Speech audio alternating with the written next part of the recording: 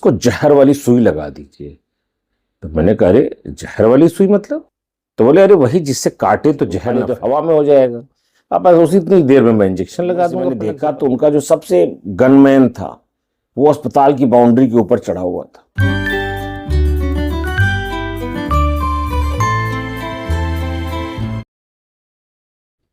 कौन कितना बहादुर है असल में, इसकी परीक्षा तो वक्त आने पर ही होती है। और जब मैं इलाहाबाद में पोस्टेड था तो एक पास का गांव था, उस पर एक बड़े लंबे तगड़े प्रधान जी थे उस गांव के, बड़ी बड़ी मूछें वाले प्रधान। हमेशा वो बताते थे कि 20 सालों से उन्हीं के घर में प्रधानी रहती है। दड़दड़ाते हुए बुलेट से चलते थे, कभी कभार जो है किसी स्कॉर्पियो और बोलेरो पे दिखते थे। एक आध गनर फ्रेंड भी हमेशा साथ रखते थे। तब बड़ा भौकाल उनका उस इलाके में मेंटेन था कि भाई प्रधान जी आ गए, प्रधान जी आ गए। तो प्रधान जी को जाने कहाँ से हाईवे के किनारे बसा हुआ गांव था और वहां से कहीं से एक जर्मन शेफर्ड मिल गया। अब वो तो ये कह रहे थे कि हमें हाईवे जीटी रोड के किनारे ये दौड़ता हुआ मिला, पता नहीं किस कार से छूट गया, ये इसके मालिक ने लगता है खोजा या चले गए, जो भी बात रही हो। तो प्रधान जी ने उस जर्मन शेफर्ड को अपने कारिंदों से कहा भाई चलो इसको ले चलो, इसको हम लोग पालेंगे। तो उसको ले आए, उसको भाई 2-3 दिन से अपने पास रख रहे थे। तो एक दिन हमारे पास आए तो हॉस्पिटल में बैठा हुआ था। तो बड़ा वो इलाहाबाद की ऐसी जगह थी कि वहाँ भौकाल ही चलता था।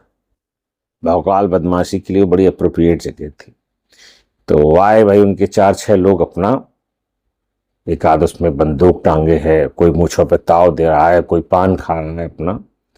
तो बोले अरे डॉक्टर साहब देखिए प्रधान जी का बहुत बढ़िया आ गया है कुत्ता। प्रधान जी बोले अरे डॉक्टर साहब देखिए कितना बढ़िया ब्रीड है इसका। हमने कहा अरे भाई बिल्कुल प्रधान जी, बहुत अच्छा लग रहा है डॉग। तो बोले इसको जहर वाली सुई लगा दीजिए।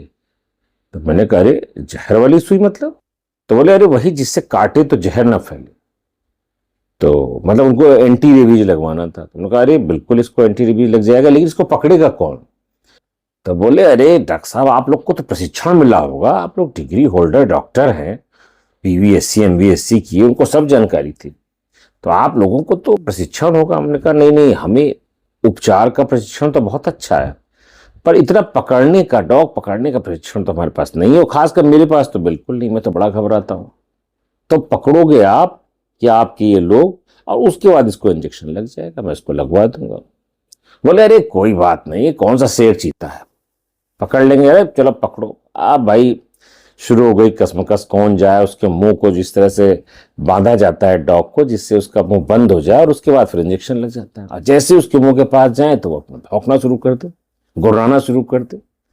तो 10-15 मिनट इसी प्रोसेस में बीत गए। डॉग भी परेशान हो रहा है, बाकी लोग भी परेशान हो रहे हैं, प्रधान जी भी खड़े देख रहे हैं। प्रधान जी बोले अगर देखिए मुझे अगर गुस्सा आ गया ना तो फिर साले की एकदम गला में पकड़ के अभी इंजेक्शन लगवा दो। उन्होंने कहा नहीं नहीं प्रधान जी शांत रहिए, आप तो भाई अभी हम लोग लगा रहे हैं इसको। तभी तक हमारे एक पशुधन प्रसार अधिकारी पास के थे, दीनानाथ जी, वो आ गए।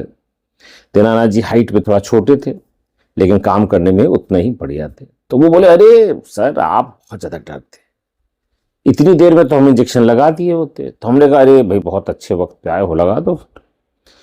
तो डॉग को बाहर निकाला गया, जहाँ पे गाय भैंस बनते, कैटल क्रश अड़गड़ा होता है जहाँ पे, वहां पे उसके एक हिस्से में उसको चेन से बांधा गया। अब चेन कोई वही बछड़े उछड़े बांधने वाली लोहे की चेन थी, उससे उसको बांध दिया गया था।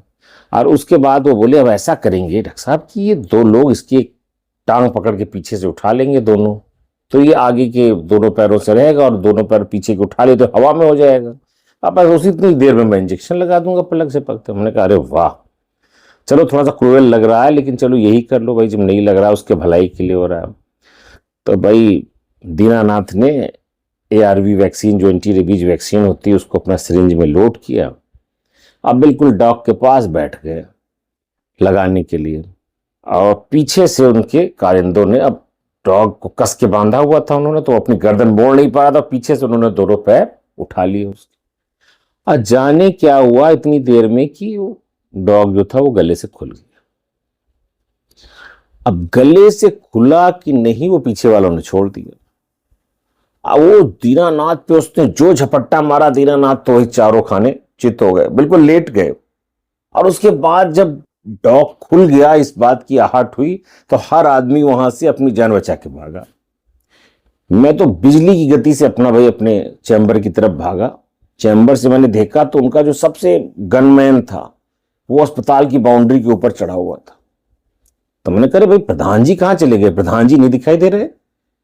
तो जब मैं अपने चैम्बर के अंदर गया तो देखा अलमारी के पीछे प्रधान जी बिल्कुल सांस रोक के ऐसे खड़े हैं कि जैसे दुश्मन ने हमला कर दिया है और अब बचना नामुमकिन है। तो ये हाल होता है बहादुरों का, जो थोड़ी देर पहले गले से पकड़ने वाले थे। धन्यवाद साथियों।